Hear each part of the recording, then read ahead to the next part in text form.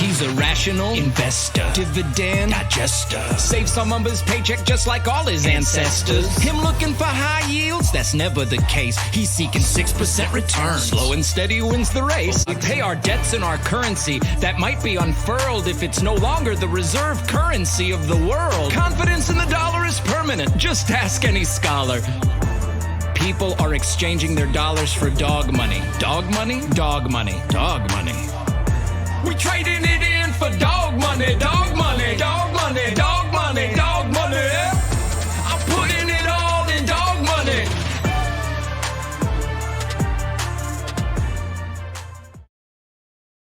Yes, indeed, we've had lots of people putting their money in dog money. Good grief, how crazy is that? So welcome to Satoshi's Bitcoin Chart Show. This is the Bitcoin forecast, the strength of the system, the health of the network, where we find out what's up with what is going down. So without any further ado, let's just jump straight into these figures. Check it out. So we've got Coolcoin, we've got Bcrash, we've got Bitcoin, which is BSV, which is the original protocol, making it the real Bitcoin, the true Bitcoin, the genuine Bitcoin. And then we've got Fisher Price Cash on the end there. How crazy is that? So we're just going to let Peter McCormack explain why we call it Coolcoin. So take the floor, Peter McCormack, if you would be so kind. Here we go. Bitcoin is so different now from when Satoshi was here. Really? But I mean, how different is it? I mean, is it nothing like Bitcoin at all? I mean, surely there's an issue there if it's not Bitcoin. What are we talking about here, Pete? It's a completely different project. Well, if it's a completely different project, how on earth can it be Bitcoin? I mean, what if Satoshi came back and you obviously had a few issues with you effing around with it? It doesn't matter who Satoshi is anymore. Even if Satoshi came back, I don't think he would just be immediately welcomed as having this God-given right to decide what happens with Bitcoin. I think he would have to earn his right back into the project. Why would he want to do that? I mean, it looks to me like Blockstream implemented SegWit on the 24th of August 2017, which basically segregated the signatures on the chain, which turned Bitcoin from a commodity into a security because it's a private offering, because they're accountable to nobody, which means they've crashed its fundamental value to zero because it has no value as money. Bitcoin is built based on consensus now. I'm sorry, Pete. What? Can you explain that just one more time? I'm a little bit confused. Project Bitcoin is built based on consensus now. Are you joking? Did you even read the white paper? Are you trying to say that it wasn't built on consensus before? Do you know what proof of work is? This is literally the most ridiculous thing I've ever heard. But now let's have Daniel Krawitz interviewing Tony Vase, and Tony Vase sounding equally confused about SegWit. Why do you think BTC is valuable? It's valuable because it's the only unconfiscatable asset we have, and that is because that comes from its decentralization. I think Bitcoin is the only valuable crypto asset we have because of the nature of how it started in its first few years. And when you say Bitcoin, you mean BTC, right? Absolutely. But are you aware that in 2017, they changed the rules so that BTC no longer follows the Bitcoin white paper? That is not true at all. The white paper says that there needs to be a chain of signatures. Sure. Okay, so that's not what we have anymore. That's how SegWit changed that. Okay, but it's still Bitcoin. Absolutely ridiculous, and he calls himself an influencer. Dear oh dear, just do not listen to these numbnuts people. Absolutely ridiculous. And look at this, so we've got a hash rate on Bitcoin 0.3%, network nodes 1.3. But look at this, transactions 59.8 and block size 90.2. That is the data flowing through the chain. This is absolutely awesome. So we'll just have a word with Kreigoshi Nakamoto, the creator of Bitcoin, and find out what he would like from Bitcoin in terms of maybe, price, which is going to be a reflection of its value, which is a reflection of its utility, which is why we're seeing all these transactions and data flowing through the chain. So what is it you want from Bitcoin, Craig? I want Bitcoin not to go up to 10,000 or 100,000. I want it to be worth millions per Bitcoin. Sounds good to me, mate. And when we strip everything down, is that it? That's it. And that's what we spend money for. Very simple. Sounds good to me. Just let me help out and I'll stick my foot right in. Yes, indeed. I mean, look at that. 90.29%. Absolutely massive. So let's just have a quick look at these block sizes, but we'll also have a now word with Michael Saylor. So, Michael, when we look at a Bitcoin, can you tell us what it is that we should be looking out for? What is it we want? Big blocks. Yeah? What size? $100 million chunks Nice. Whereabouts? on the blockchain. I thought so. Alright, let's have a look at these blocks then. So, whoa, look at these coming through on Bitcoin. 26, 3, 27, 5, 7, 56, 44, 22, 78, 40, 10, 53, 30, 44, 1, 4, 13, 12, 5, 2, 2, 2. All megabytes. Amazing. And Anne-Marie still struggling to get all of his blocks over a kilobyte. Pfft, what Fisher Price cash. Good grief. And how many blocks do they have over a megabyte on Bcrash? 1, 2, 3, 4, 5. Is that it? 1, 2, 3, 4, 5. That's all they've got. And Coolcoin, oh look, they're still struggling to get all of their fill all their puny 1 megabyte blocks. Absolutely hilarious. And a hash rate. So hash rate follows price, follows value, follows utility, follows creativity, initiative, and intelligence. If you are intelligent and you apply creativity and initiative, you can make something useful. When something is useful, it can then create value. When it creates value, it can then develop a price. When it develops a price, it can then be measured against the cost of other goods and services and used as a medium of exchange. Yes, indeed. Proof of work by network again. Coolcoin, Bcrash, Fisher Price Cash will just fall into their own footprints one day because that's what Ponzi schemes do. Bcrash Bitcoin hash rate, who cares? Bcrash Bitcoin proof of work, who cares? So it is currently 5,000 times cheaper to transact on Bitcoin than Coolcoin, and cheaper than all of these alternative protocols as well. And so daily average Bitcoin block size by network again. Let's have a look at this in real proportions.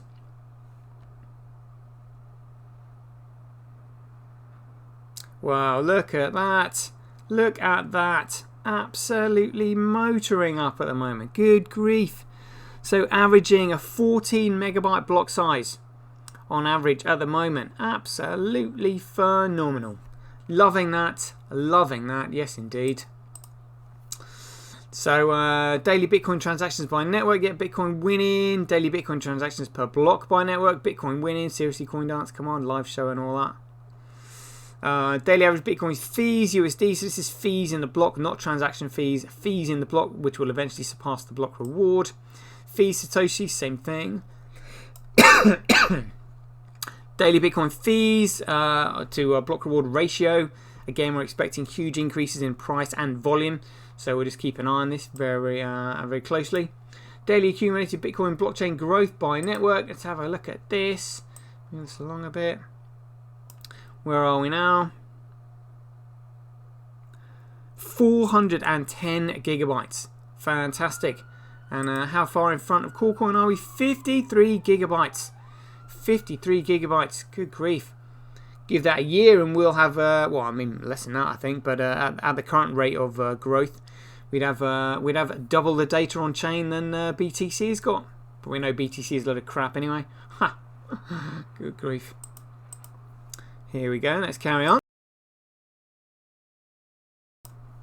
So we've got total Bitcoin hash rate by mining pools 7 days. That's global hash rate 7 days. Global hash rate 24 hours. Coolcoin hash rate 24 hours. Yeah. Bcrash hash rate 24 hours. What a joke that is. And Bitcoin, look at this. So via BTC on there. Not sure if we want them on there though, because unless they're sort of spreading their risks. I mean, they've got 13% of Bcrash. You know, they're a Bcrasher, but look at that.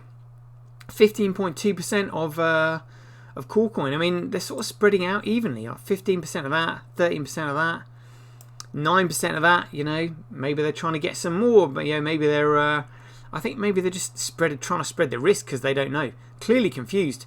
You know, obviously, if I was them, it would just be Bitcoin all the way because none of those other protocols have any fundamental value whatsoever. But they just don't know this. Crazy, really. So this is Fisher Price Cash. What a joke that is. So the reason we're trying to squeeze these shitcoiners off the chain is because the only thing they understand is price suppression, because they have no understanding of what Bitcoin fundamentally is. And so we'll have a look at the price suppression now in the short positions. That'll do. And the short positions on BTC.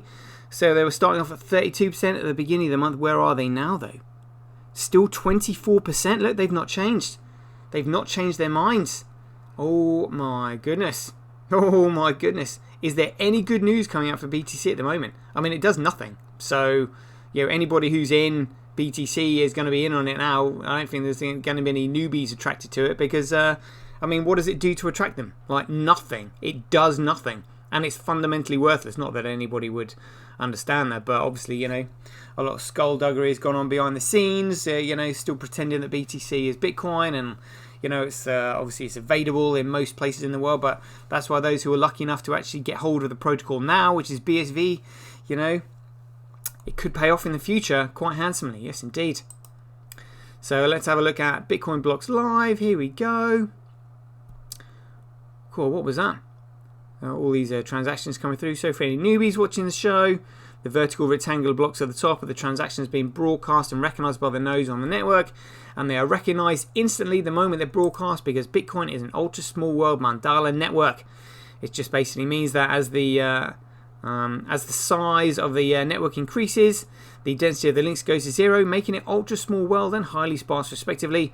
It also means the network formulation can lead to an improved topology against malicious attacks, which is fantastic, so it's hard to take it down. Bitcoin is amazing, amazing. So once the transactions are recognized by the nodes on the network, they're then thrown into the memory pool, which is when they're competed for by miners and payment processors. In order to create a block, put the transaction within the block, and then put the block on the blockchain, which is when they're rewarded with the Coinbase data, otherwise known as the block reward, otherwise known as freshly minted Bitcoin. And you can see in this 147 megabyte block here, in the highlighted rectangular box below, we've got the hash of the block height, who it was mined by, size, the time, the date, the transaction count, and total fees in this block, totaling $114. So we'll let Laura Shin explain the significance of fees in the block just after we check charts. You know, always worth checking. Any movers and shakers? No, that's all right. Always worth checking. Always worth checking. Right, take the floor, Laura Shin, and explain the significance of block rewards. So, you know, as you mentioned, at a certain point when the block reward stops, there will be a transition where miners will be compensated in transaction fees, not in the block reward. And the current amount that they earn is from fees is about 9% of the block reward. And so we'd have to see transaction fees 11x by roughly 2140, which is when the new Bitcoins will stop being minted. But I just wondered, you know, if we don't see an increase in the amount of transactions that can happen at layer one, because the number of layer one transactions is limited. And right now, I feel like a lot of the scaling is focusing on layer two. Can transaction fees 11x in that time, or will that require people to pay a lot more per transaction? Over the next couple of halving cycles, we should see it start to predominantly be the value that is compensated to the miners in the block reward. If Bitcoin is the world reserve currency that doesn't have a strong security model, like there's not a lot of monetary compensation in the block reward due to transaction fees, well, then its long-term security will be weak. If it is the world reserve currency, there will be very, very many layer one transaction fees. Okay, yeah. So it sounds like you think it is possible that the amount in transaction fees will maybe not be enough on layer one to replace the block reward when the time comes. Absolutely, there won't be enough to replace the block reward because it's been purposely restricted to 1 megabyte. What a joke that is. Do you honestly think 4.6 or 7 transactions a second is meant to service all of this? Honestly, absolutely hilarious. Bitcoin is the world's first ever commercial internet because the protocol is the only way to commoditize data. It is amazing, amazing. So let's have a look at BitInfo charts. Where are we now? 13.9%, loving that. But we know that Ethereum and XRP are fundamentally worthless anyway, and we'll just have a listen to David Schwartz, the CTO of Ripple, explaining that XRP is fundamentally worthless. The XRP is a digital asset. It's censorship resistant. It's publicly traded. It trades on the XRP ledger. Ripple does not own or control the XRP ledger in any way. So how did Ripple then get all the XRP that it has? It has about half the supply. So just how did that particular transaction happen? So the way its design works is when the ledger first began operation, the 100 billion XRP, all that will ever exist, were sort of up for grabs. And lots of people grabbed XRP out of that system, but it just so happens that obviously just like early miners mined huge amounts of Bitcoin before the public knew about it or was using it, early XRP users grabbed large amounts of that pool of XRP. And so the people who developed the ledger wound up with the vast majority of it. Brilliant. One more time, David. The people who developed the ledger wound up with the vast majority of it. What a joke. What a joke. And let's have a look at transactions 24 hours.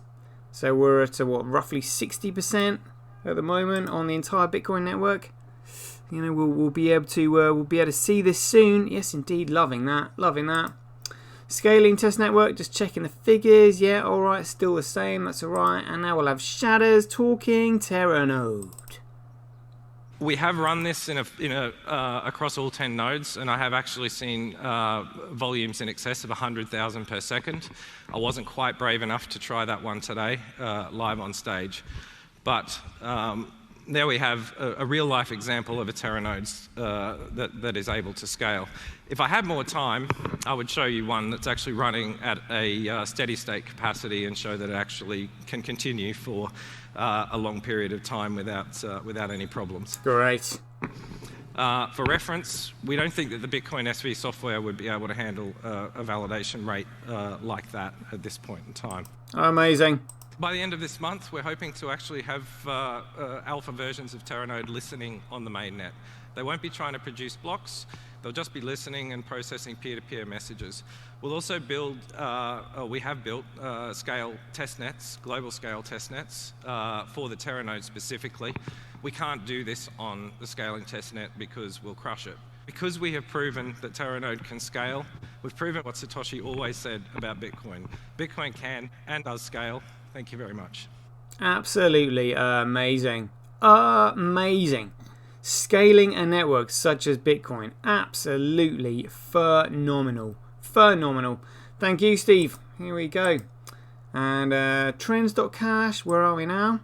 Oh, look, what's this? TDXP up down to 14.1. RelayX on 32.3. And RelayX again at 23.5. Apps ranking by money spent. What is this? What is this? This is fascinating. Huge amounts of money being spent, on fun and games by the looks of it. Brilliant. And apps ranking by performed action, so CryptoFight still at 41.3. Surely that's going to be above Run Protocol soon. I mean, that is massive. Absolutely massive. No longer just a weather app, is it, Pete?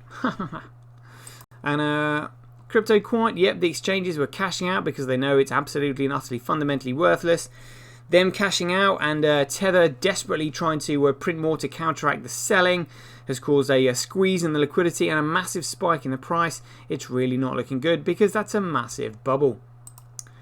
And what's on chain? Good question. What is on chain? Estimated next block size 15.2 megabytes. Memory pool usage currently 21.62. Look at the transactions coming in. Beautiful. Joe's memory pool. Whoa, look at this. Look at all this data coming in. This is what a memory pool is meant to look like. Data comes in, then it gets cleared. Data comes in, then it gets cleared. Data comes in, then it gets cleared. That's it. What it's not meant to look like is Coolcoin BTC, which always looks like an absolute shambles. All over the place. Look at that. Because they can never tell when our next block is going to be created, due to replaced by fee and all this. Honestly, it's just an absolute shambles. And we can see the effect that it's had on TX Street. So we'll just have a listen to Adam Back, the CEO of Blockstream, talking about his expectations of a payment network. So, fee estimation in some cases is quite bad. If you're paying a friend, you can probably afford to wait 4 hours and not pay a priority fee. Oh, shut up. Shut up. So we've got the median fee of 86 cents. I mean, that's actually down a lot, but you have to add 86 cents on top of your payment for a cup of coffee. An absolute joke. And Ethereum, we're at $1.44 Ether transfer fee. Oh my goodness me! What do you have to say about that, Vitalik? The Internet of Money should not cost 5 cents a transaction. It's kind of absurd. Really? So why is your transaction $1.48 then? Care to explain yourself? I don't think so. And excessive money printing. I mean, this is really not looking good at all. What do we know about excessive money printing? Statistical analysis has found that every time an empire begins to near its own demise, you'll find that its currency will be debased. And that's exactly what we're experiencing here. It's really not looking good. So knowing that Bitcoin is the only thing that can save us, how are we feeling about it today? CoinGecko, feeling good. 58%, that'll do. Excellent. BitPing, so Bitcoin is the only network that is up 24/7, so it can monitor when other network goes down, and that is what is going on here. Beautiful, beautiful. Money flow per hour, 72 cents, very good. Morning run, trade volume 4,089, good. Stay away from this, people. Move fast and break stuff does not mean breaking the law. But we can see we've got BSV on here, so purchases, we've got 433,425 purchases in the last 24 hours. Amazing, amazing. Market cap $2.4 billion, certainly not to be sniffed at. And let's have a look at the depth chart here. So we've got 4.1 million asks versus 2.8 million bids. Does that mean the price is still on its way down? Yeah, look at that. Yeah, it just collapsed there. That's right. What a phenomenal buying opportunity.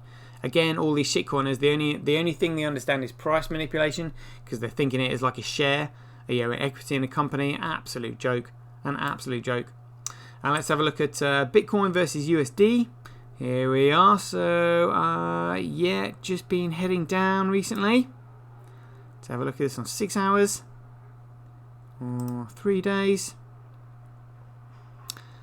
1 day per candle. What does this look like? 7 days. Yeah. Great buying opportunities. Great buying opportunities. My goodness. And here we've got Corecoin versus USD. Ooh. Just plummeted. Ooh.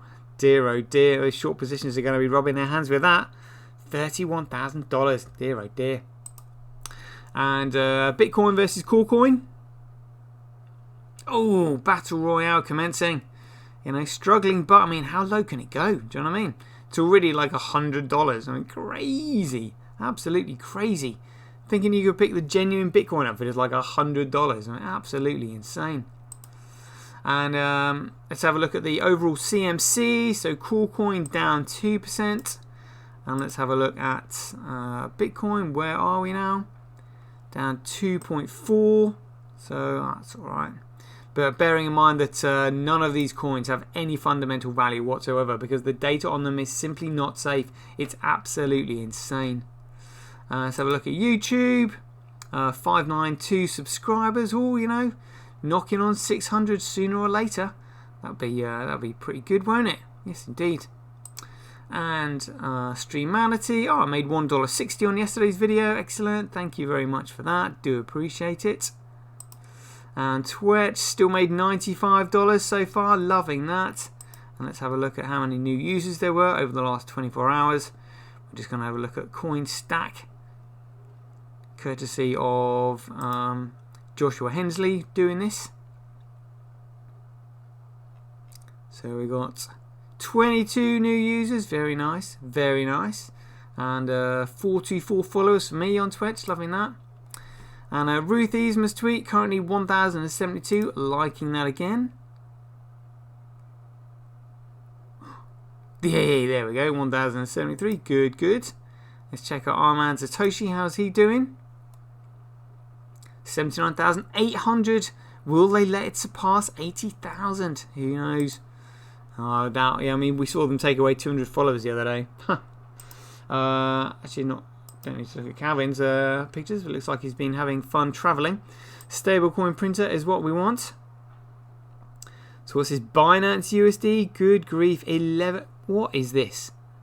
Oh, just printed 217,959,436 $. Are you kidding me? I mean, seriously, what an absolute joke. And oh my! And 2 hours ago, they also printed another $337 million, 148,983. Oh my goodness me! And 14 hours ago, they printed $56 million. Like, what on earth? That's like $500 million in a day. Oh my goodness me! I mean, seriously, it's just absolutely hilarious. Shocking, but not shocked, shall we say? Anyway, there we go. Oh, Con G in the house as well. Just finishing the show and wrapping up there. So yeah, I do hope you enjoyed the show. As ever, be aware, take care, stay safe out there, joy given. Catch you guys later. Get paid for posting your pics on Relica. Download the app now at www.getrelica.com. Get your tweet etched on Twitch, forever on the Bitcoin blockchain.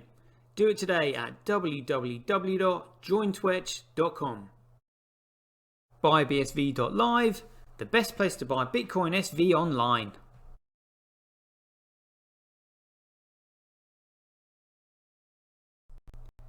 Support independent content creators on micropayment platforms such as Streamanity, Twitch and Relica.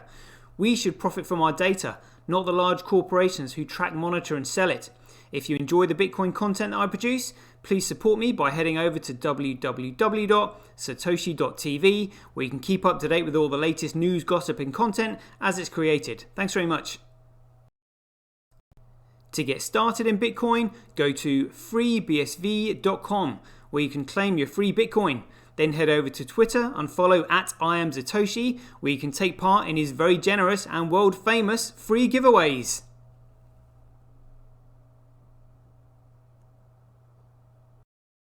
The future of advertising meets the power of Bitcoin at Tonic Pow. Get paid for posting advertising campaigns to your social media profiles. Go to www.tonicpowads.com.